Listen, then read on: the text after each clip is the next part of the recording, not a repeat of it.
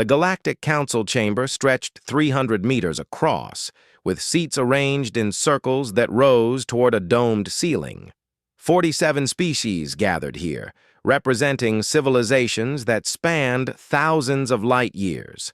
Some had existed for 10,000 years, others were even older. They made decisions that affected trillions of lives across 3 spiral arms of the galaxy. Ambassador Claire Henderson sat in the human section, which consisted of exactly 3 seats. She had been making the same proposal for the past 6 months. Her voice echoed in the vast chamber as she spoke about safety regulations for deep space workers. The radiation levels in the outer beacon maintenance zones exceed safe limits for most species, she said, pulling up holographic data. We need better shielding and mandatory rotation schedules. Workers are dying unnecessarily.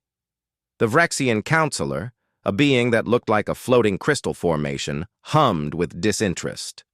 The beacons have functioned for 8,000 years. Your concerns are noted, but premature. We will study this matter further. Claire sat down. She had heard those exact words 23 times in her 2 years as ambassador. The proposal would be filed away and forgotten, just like all the others. She watched as the council moved on to discussing trade agreements for luxury goods. That debate would take 4 hours. Far from the council chambers, Captain Jake Morrison floated in the darkness of space. His suit's radiation counter clicked steadily, measuring the invisible death that surrounded him. He and his team of 12 engineers worked on Beacon 447, one of thousands that made faster-than-light travel possible across the galaxy. The beacon was ancient, older than human civilization. It had been built by a species that no longer existed, and nobody truly understood how it worked anymore. They just knew that if it stopped working, 17 star systems would be cut off from the rest of the galaxy. Ships would be lost. People would die. "How's it looking, Jake?" asked Linda Martinez over the comm. She was inside their small repair ship monitoring the beacon's energy output. "Not great," Jake replied, adjusting a component the size of a car. "This whole section needs to be replaced, but we don't have the parts. I'm patching it again." "That's the 5th patch this year." "I know, but it'll hold for another few months." Jake finished his work and pushed away from the beacon. His radiation counter was screaming now. He had been outside for 3 hours, twice the recommended limit. But the job needed to be done. The repair ship was small and old. The council provided minimal funding for beacon maintenance. Most species saw it as boring work, beneath their dignity. So humans did it. They always did. On the agricultural world of Thessia 9, Ben Carter knelt in alien soil, teaching a group of Thessian farmers how to balance its pH levels. The Thessians were tall, thin beings with 4 arms and green skin. They had been trying to grow food on this world for 5 years with limited success. "The problem is the bacteria," Ben explained, holding up a handful of dirt. "Earth soil has billions of microorganisms that help plants grow. This soil has almost none. We introduced some 3 years ago. But you have to maintain them. They need specific nutrients." One of the Thessians clicked his mandibles in frustration. "This is very complicated. On our home world, we simply plant and harvest." "I know," Ben said patiently. "But this isn't your home world. Terraforming takes constant work. If you follow the schedule I gave you, your yields will triple in 2 seasons." He had been saying the same things for 3 years. The Thessians nodded and agreed, but he suspected they would forget half of it once he left. Still, he kept teaching. 17 colonies depended on successful farming here. People needed to eat. Dr. Lisa Chen looked at the alien patient on her examination table and sighed. The Kree child had 3 hearts, 2 livers, and a respiratory system completely different from any Earth animal. He was dying from an infection that should have been treatable. "Did you follow the medication schedule I gave you?" she asked the child's parent. The adult Cree shifted uncomfortably. "Medicine is expensive. We used half the dose to make it last longer." Lisa closed her eyes briefly. This happened too often. The council provided minimal funding for health care, especially for colony worlds. People couldn't afford proper treatment, so they improvised, and then they got sicker. "I'll give you more medicine," she said. "No charge, but you must use the full dose. Do you understand? If you don't, he'll die." The Cree parent's translator device struggled to convey gratitude, but Lisa understood. She wrote out detailed instructions in 3 languages. After they left, she looked at her supply inventory. At this rate, she would run out in 2 months. She would have to request more funding from the council, which meant more paperwork and more waiting. Commander Kyle Richards watched his tactical display as 3 human patrol ships moved toward the border zone. Pirates had been spotted near a civilian convoy. The convoy had sent a distress call 2 hours ago. The Council's main fleet had classified it as non-critical and assigned it low priority. They would respond in 8 to 12 hours. Kyle's ships would arrive in 20 minutes. "All ships, weapons free when we arrive," he ordered. "Rules of engagement are standard. Protect the civilians, disable or destroy hostile vessels."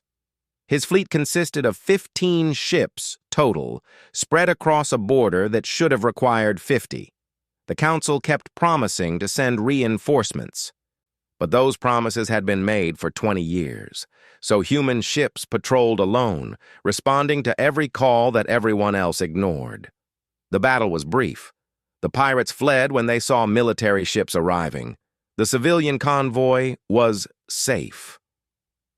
Kyle filed his report knowing it would be read by exactly nobody at Council headquarters. The convoy captain sent a message of thanks. That was enough. Back on Earth, President Helen Brooks read through reports from across the galaxy.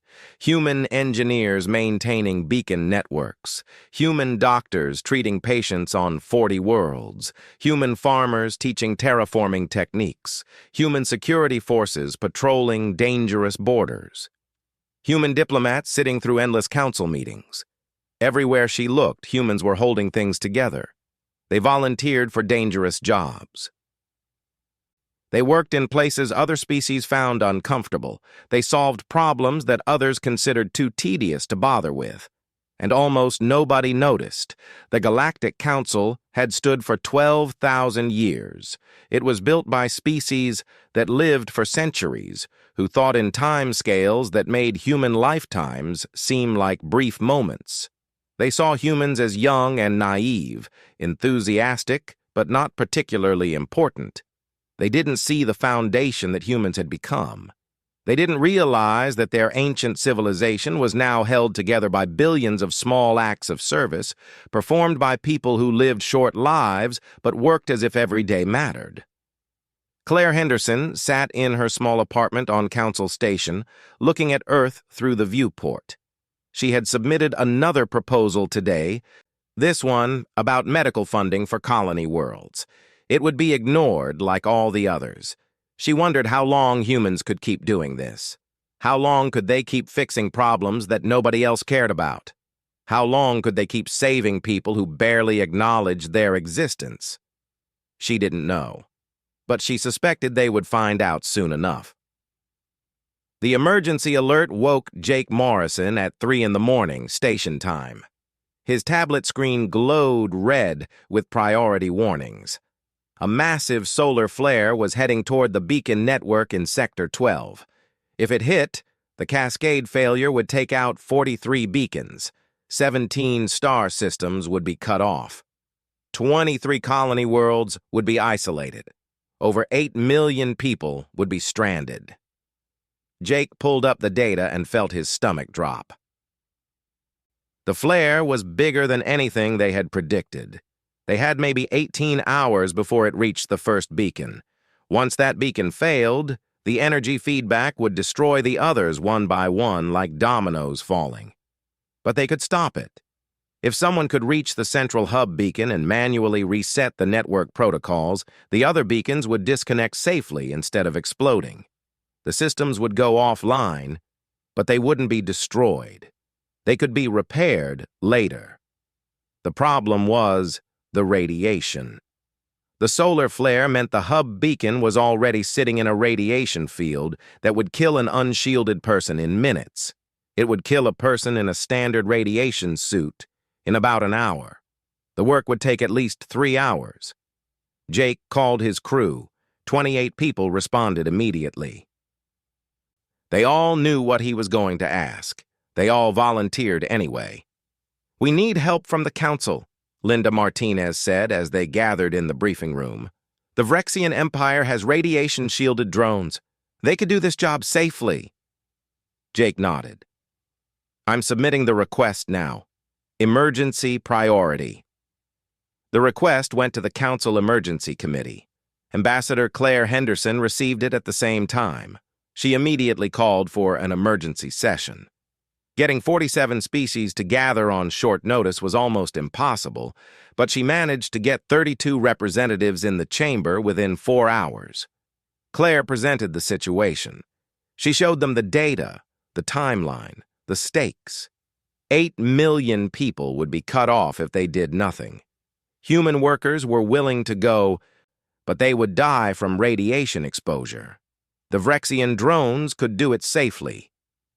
"I'm asking the Vrexian Empire to loan us their shielded drones for this emergency," she said. "This is exactly the kind of situation they were designed for." The Vrexian counselor floated silently for a moment. "The drones are expensive. They are also currently engaged in construction projects in our core systems. Moving them would cost significant resources and delay important work." 8 million lives, Claire repeated. "The affected systems are colony worlds," another counselor said. This one was Xinthian, a species that looked like a massive insect. "Not core systems. The economic impact of their temporary isolation would be minimal." Claire felt her hands shaking. She forced herself to stay calm. "We're talking about people, families, children. They'll be cut off for months, maybe years, while new beacons are built." "A temporary inconvenience," the Xinthian replied. "Certainly not worth the expense of redeploying the Vrexian drones." The vote was called. 17 species voted to help. 30 voted against. The cost was deemed economically inefficient. Claire stood frozen as the council moved on to other business. She had failed. She pulled out her communicator and sent a message to Jake Morrison. Just 2 words. "Request denied." Jake read the message while standing in the equipment bay with his crew. They had been preparing for 2 possibilities.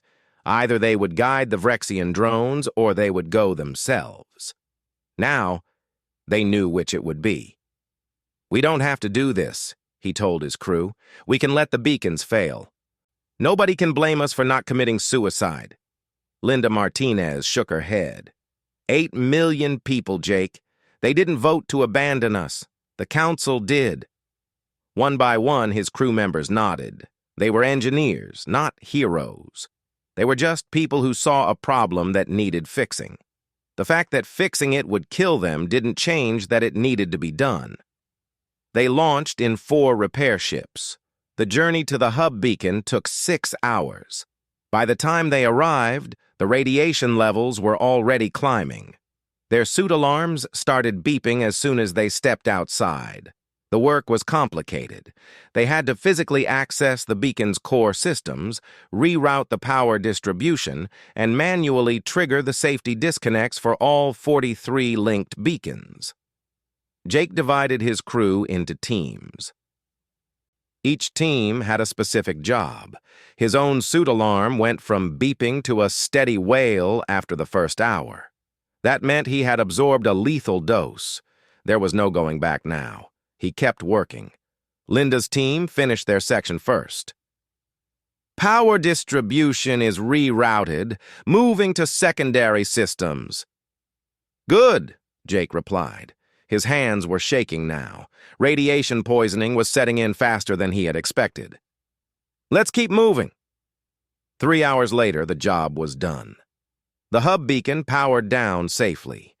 Across Sector 12, 43 beacons went offline in controlled shutdowns instead of catastrophic failures. The systems would need repairs, but they could be fixed. 8 million people would remain connected to the galaxy. Jake and his crew made it back to their ships. By then, half of them were vomiting from radiation sickness. They set course back to the nearest station, but everyone knew they wouldn't make it. The radiation had destroyed their cells at a molecular level. Their bodies were shutting down. Jake Morrison died 5 days later. His crew followed over the next week one by one.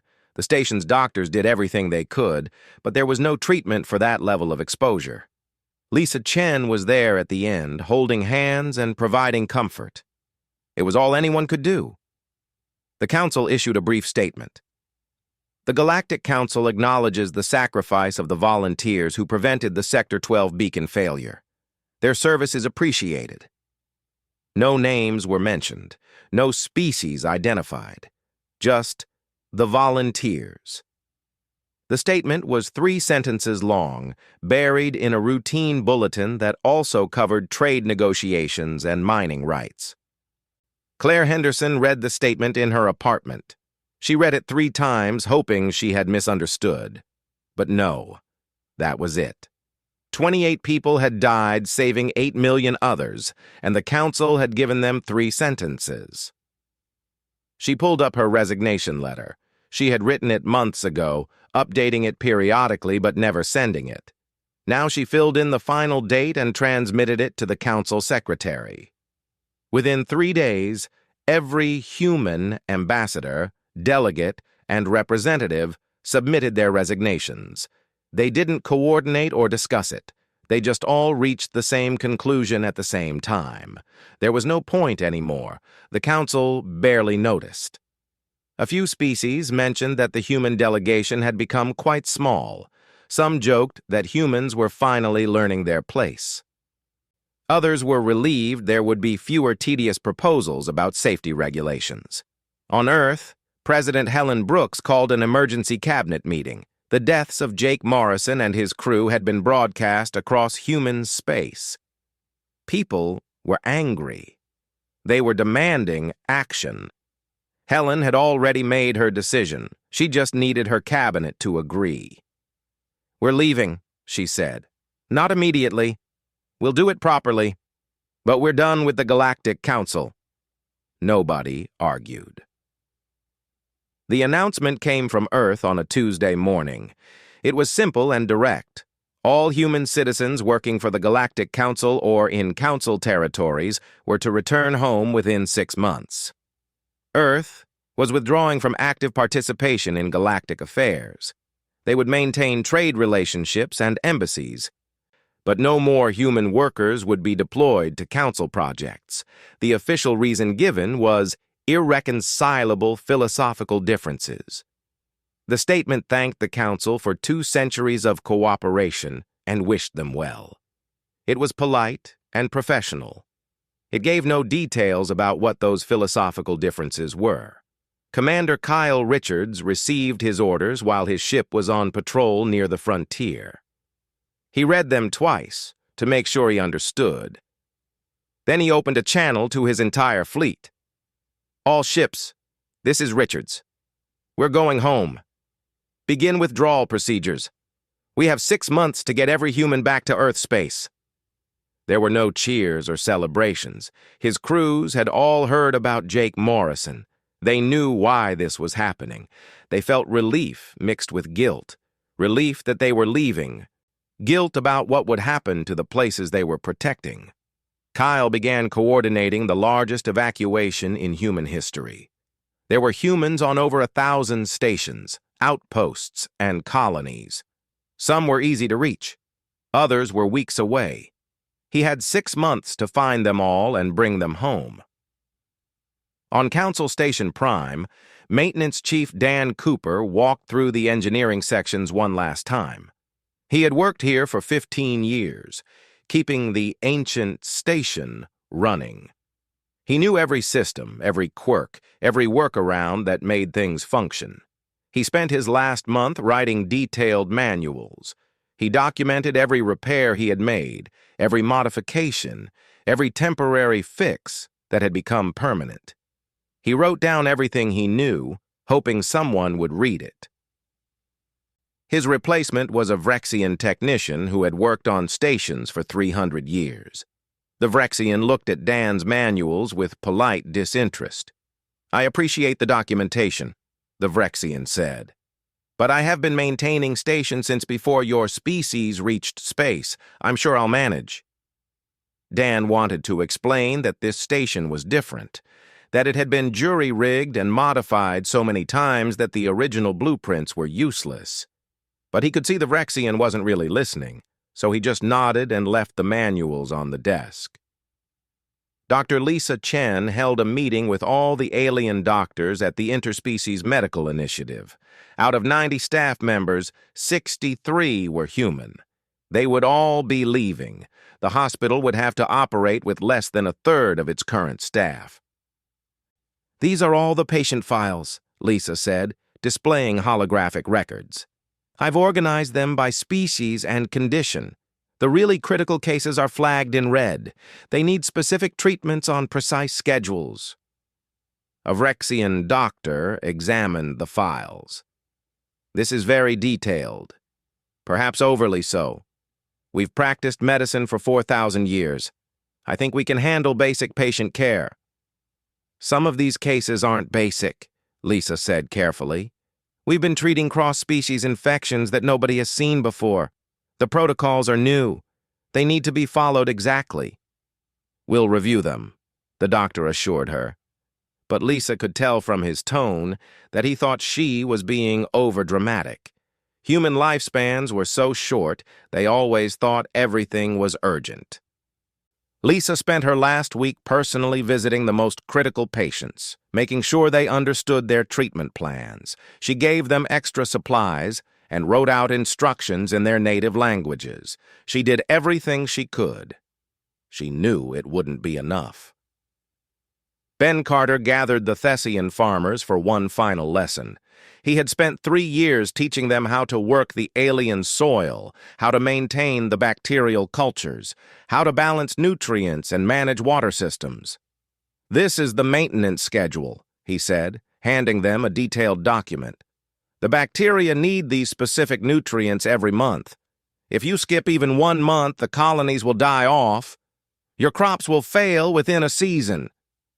The head farmer took the document respectfully. "We will follow your instructions, Ben.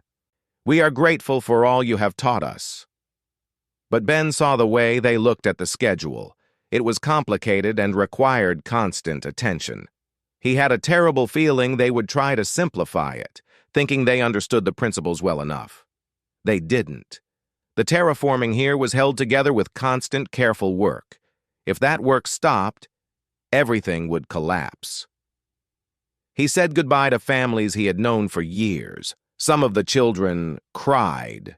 He cried too. Then he boarded the transport ship and didn't look back. Across the galaxy, the same scenes played out thousands of times. Human engineers left detailed instructions. Human doctors transferred patients. Human teachers finished their lessons. Human security forces withdrew from their posts. They took nothing that didn't belong to them. They honored every contract to its completion date. They were professional and courteous. They just left. The Galactic Council held a ceremony to mark humanity's withdrawal. It was meant to be dignified and respectful. Several counselors gave speeches about humanity's contributions. They thanked Earth for 2 centuries of cooperation. The Xinthian counselor stood and addressed the chamber. "Let us be honest. Humans were always too fragile for true galactic society. They live such brief lives, they panic over small problems. Perhaps it's better they return to their home system. Let them mature for a few more centuries. Maybe then they'll be ready. Several species clicked or hummed in agreement. A few others looked uncomfortable but said nothing. The human ambassador, a career diplomat named Peter Hughes, who had stayed to close the embassy, sat silently through all the speeches. When asked if he wanted to respond, he simply said, "No, thank you. I think everything has already been said." He was the last human to leave Council Station. As his ship departed, he looked back at the massive structure floating in space. It was beautiful and ancient, a symbol of galactic unity. He wondered how long it would stay that way. Commander Richards watched the fleet status display as the last transport ships entered Earth space. 6 months of constant work, but they had done it. Every human who wanted to come home had made it. The few who remained behind had chosen to stay, fully aware of what was coming. Kyle filed his final report to the Council Military Command. It was brief. Human forces have completed withdrawal. Border patrol zones are undefended. Recommend immediate deployment of Council fleet to maintain security. Good luck. He didn't expect a response. He didn't get one. President Helen Brooks stood in the observation deck of Earth's orbital station, watching ships arrive. Thousands of them, carrying millions of people home. Engineers, doctors, farmers, teachers, security forces, and diplomats. All of them returning from across the galaxy. Someone asked her if she regretted the decision. She thought about Jake Morrison and his crew. She thought about all the proposals Claire Henderson had made, all the times humans had asked for basic safety considerations and been told it was economically inefficient. "No," she said. "We gave them 200 years. They showed us who they are. Now we're showing them who we are."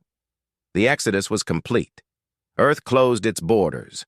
They would trade with anyone who wanted to trade, but they would send no more workers to fix galactic problems. The humans had departed quietly. Now everyone would see what happened next.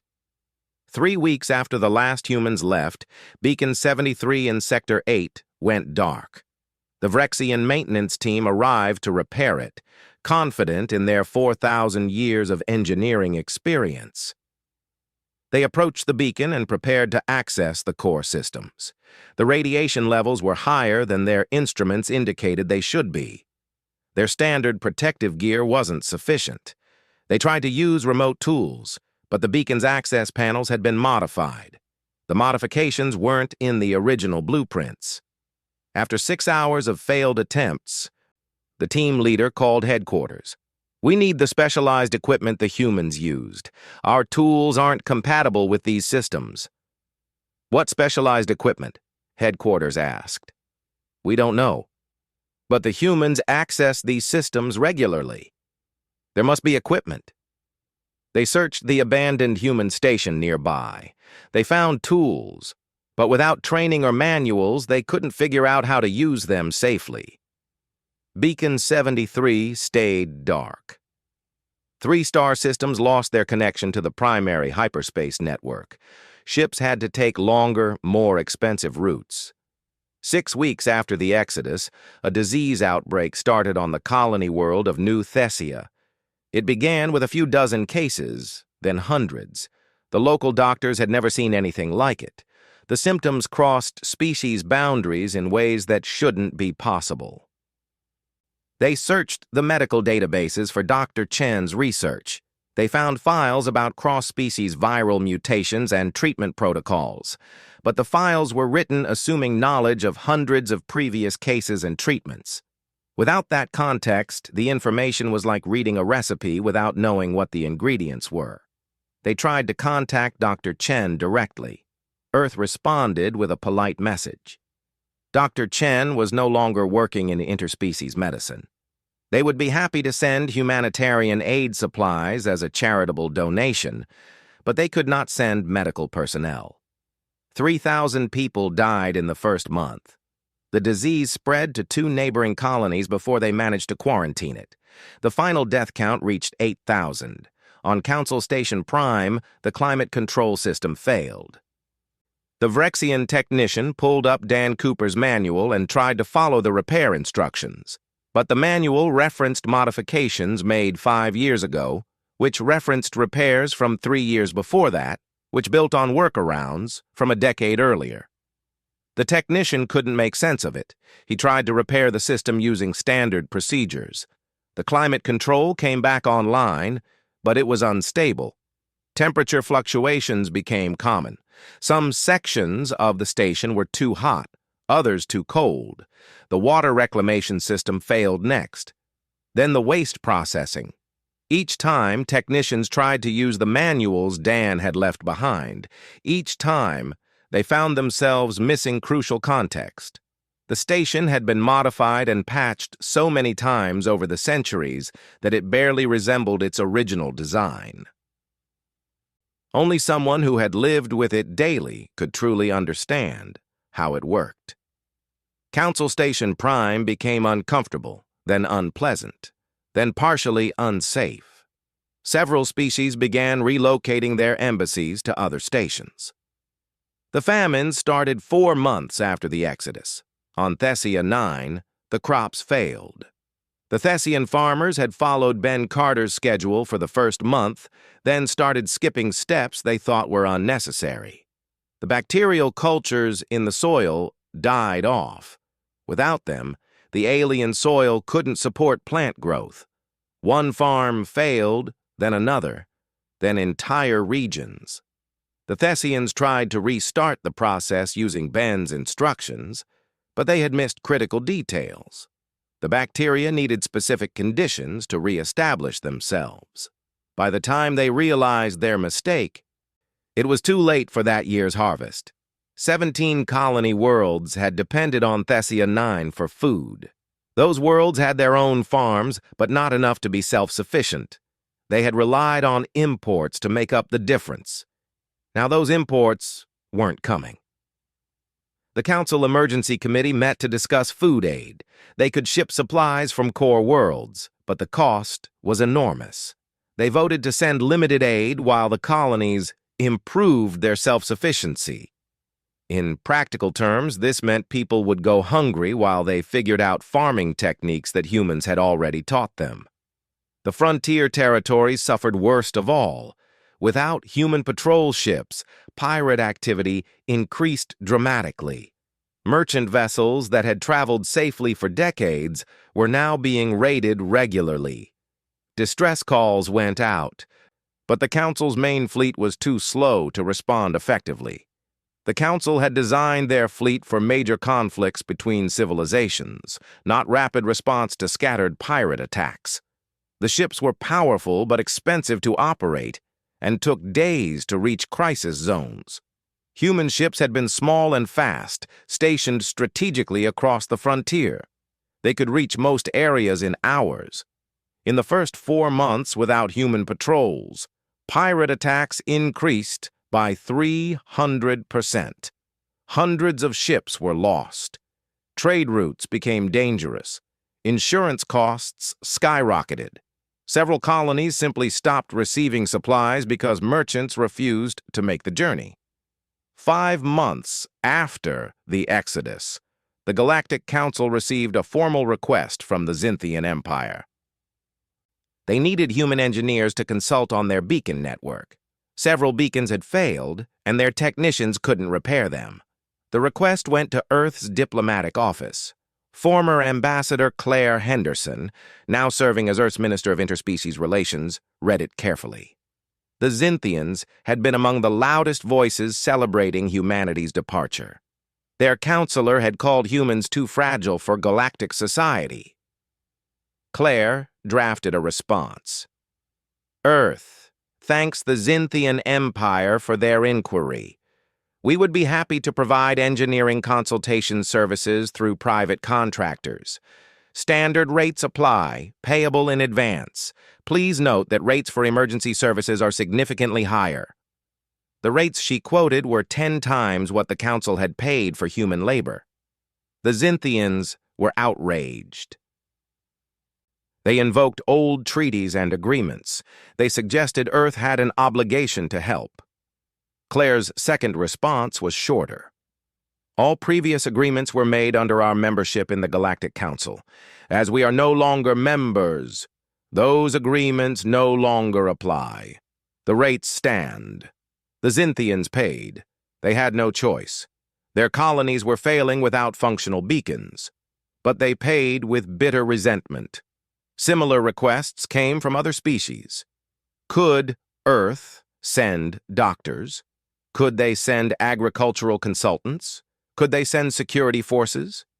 Each time, the answer was the same. Private contractors only, at market rates, no personnel deployments. The Council began to fracture. Species blamed each other for the crisis. The Vrexians said other species should have maintained the infrastructure better. The Xinthians claimed the Vrexians had been too cheap to fund proper maintenance. Others pointed out that they had all voted against helping Jake Morrison's crew. A few counselors suggested that maybe they had made a mistake. Maybe they should have listened to the humans' concerns. These counselors were shouted down. The council had stood for 12,000 years. They would not admit error because one young species threw a tantrum.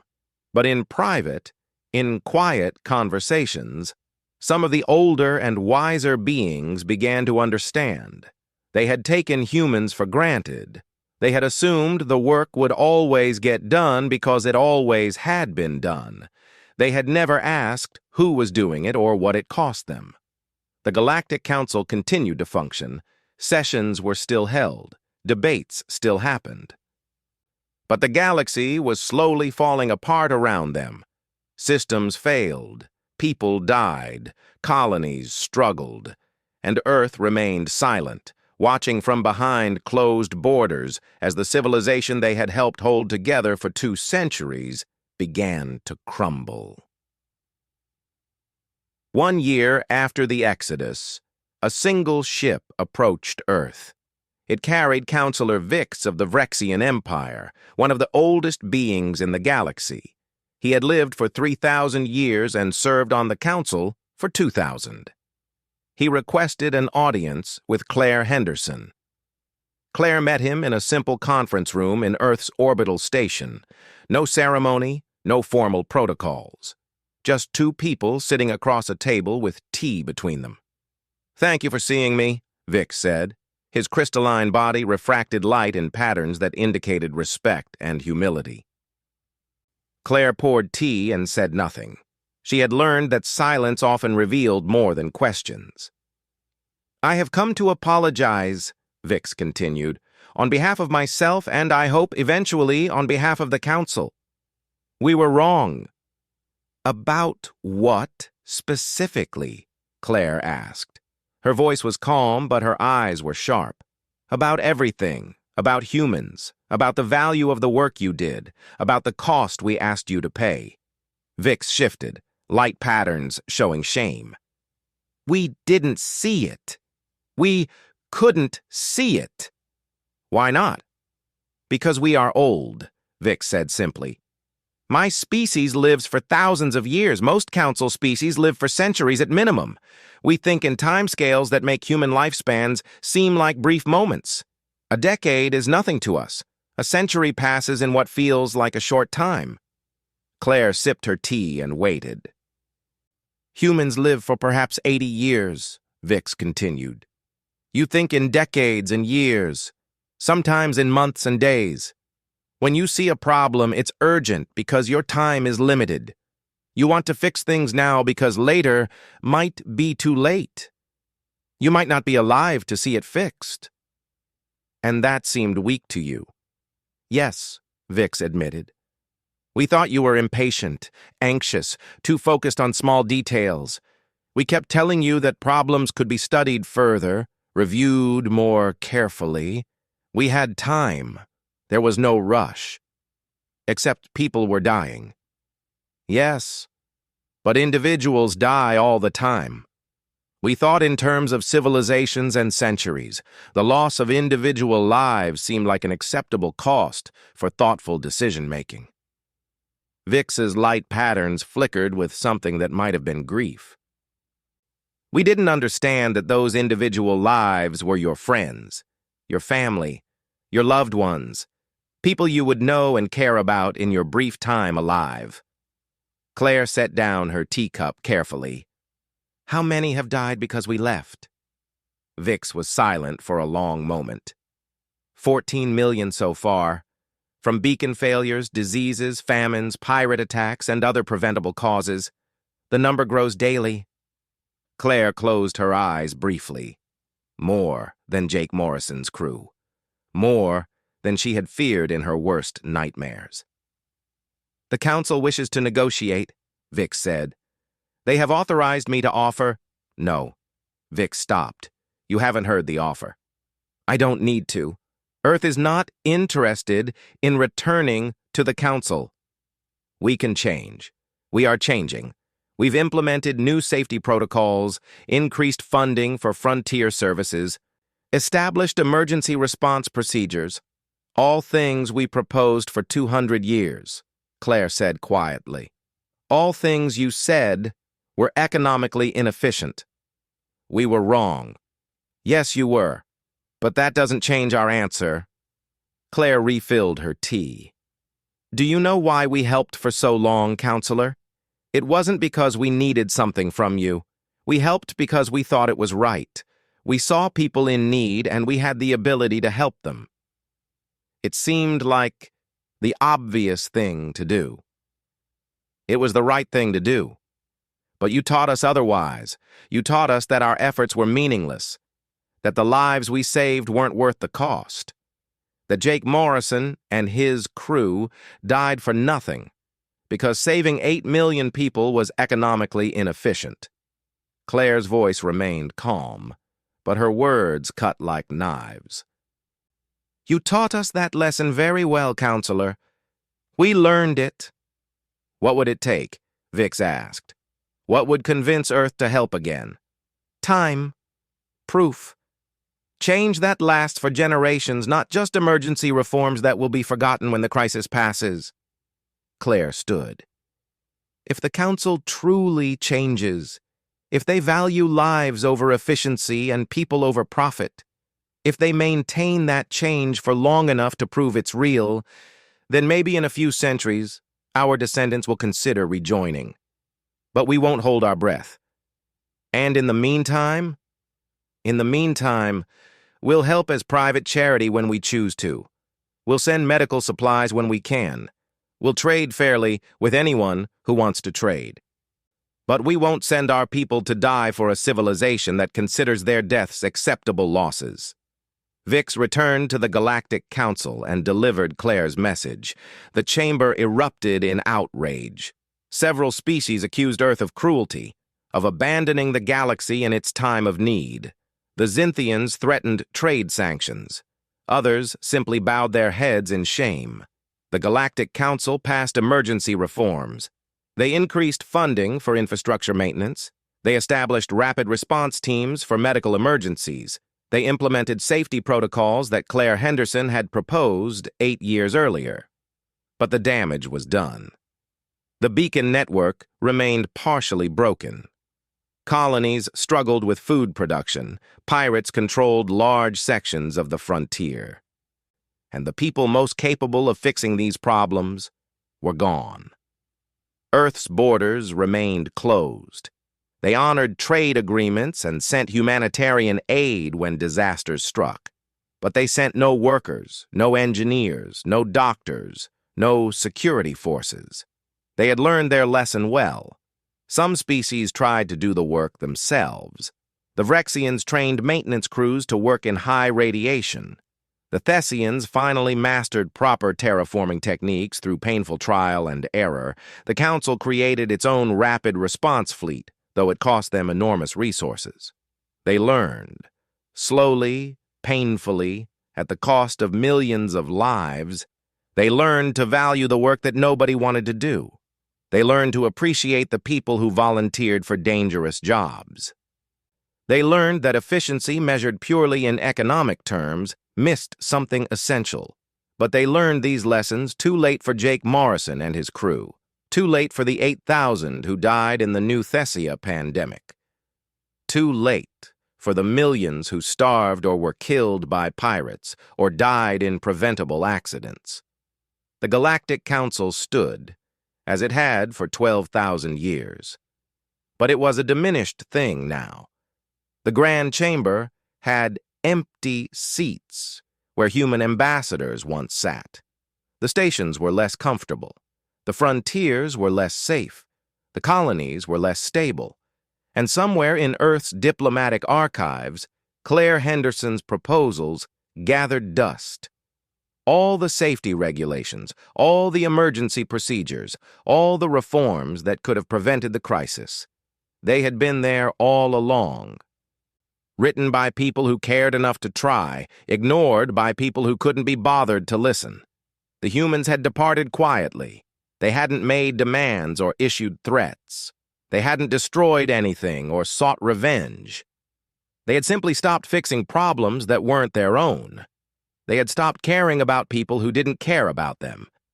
And the Galactic Council, ancient and wise and 12,000 years old, finally learned a lesson that humans had tried to teach them for 2 centuries. Civilization isn't built by the species who live the longest or think the grandest thoughts. It's built by the people who see what needs doing and do it, day after day, without thanks or recognition, simply because it needs to be done. Those people were gone now, and the galaxy was learning to live without them.